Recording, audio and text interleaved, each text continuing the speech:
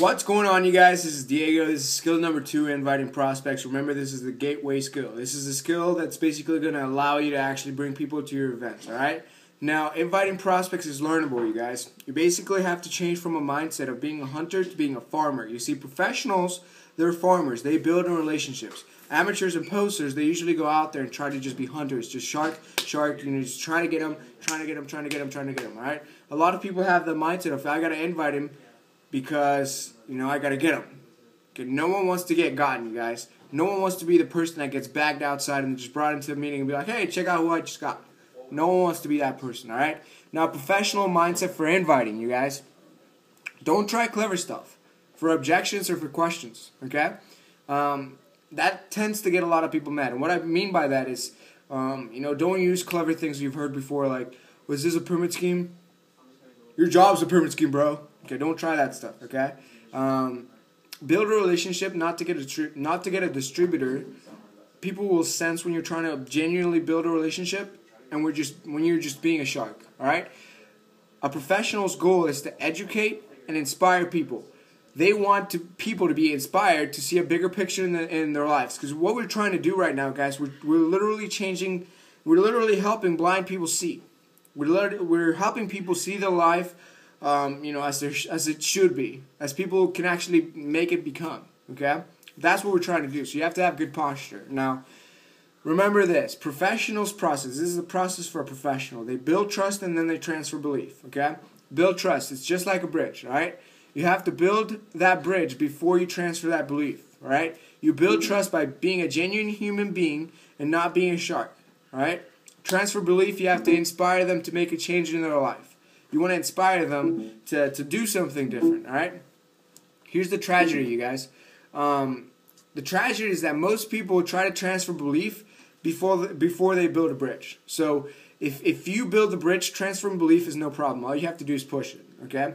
If you don't build a bridge, you'll have to blast it to the other side and for them to get it. And what happens is that sometimes it might hit pretty hard. Like, just imagine if, belief is a water bubble, or like a water balloon, okay?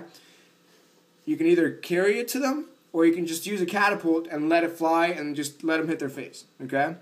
Sometimes a lot of people come on too strong.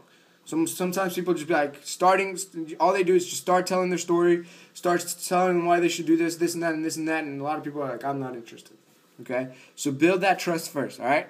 Now, professionals try everything to get face-to-face with their prospects, and also they don't really pitch, okay?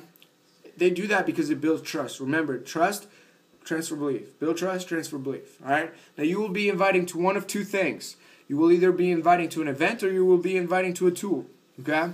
Now, an event, if you get them to an event, all right, the chances of them actually getting involved are very good, all right? Here's the reasons as to why inviting to an event is good, you guys. You have a physical interaction with the person, so it obviously builds trust. There's social proof that there's other people doing it. Excitement and energy, obviously, they feed off of that, and that creates urgency. All right. Here's the downside to having events, and it's because they're difficult to schedule. Okay. Now, the number one reason as to why most people quit network marketing is because they've made a huge invitation and no one showed up. That's the main reason as to why most people quit, okay? Now, the second, remember, it's a tool of some sort, all right? This is a much better first step. This is a much better first exposure, all right? Send them to the Derek Alexander video, okay? The Derek Alexander story video. Send them to the YPR video that we've made, all right? Send them to CD, audio, story, a magazine, a brochure, online Ustream presentation, all right? Remember this, though, okay? And this is called the power of the third party, okay? Posers and amateurs, they focus on first party. They make themselves the issue, okay? The problem with first party is this. They more than likely know you and who you are, and they know that you're not an expert. So it'll be hard for them to actually take you seriously, okay?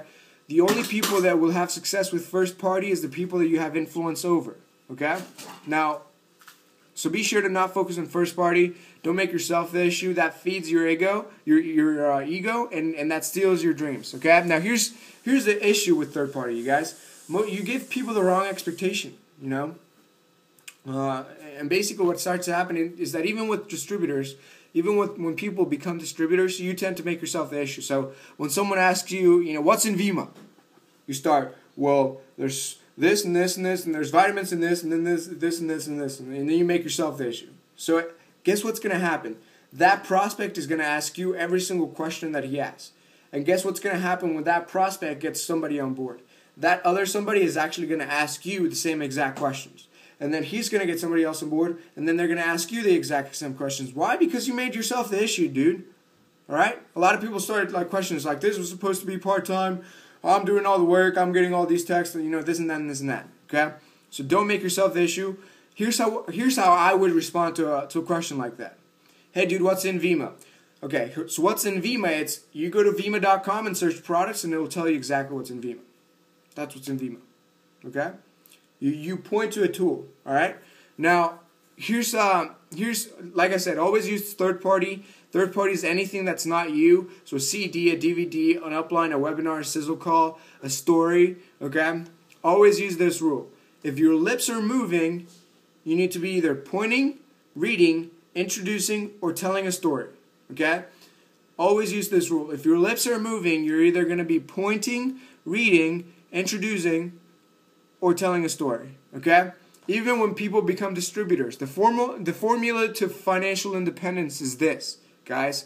Your ability to get a large group of people to do a few simple things consistently for an extended period of time.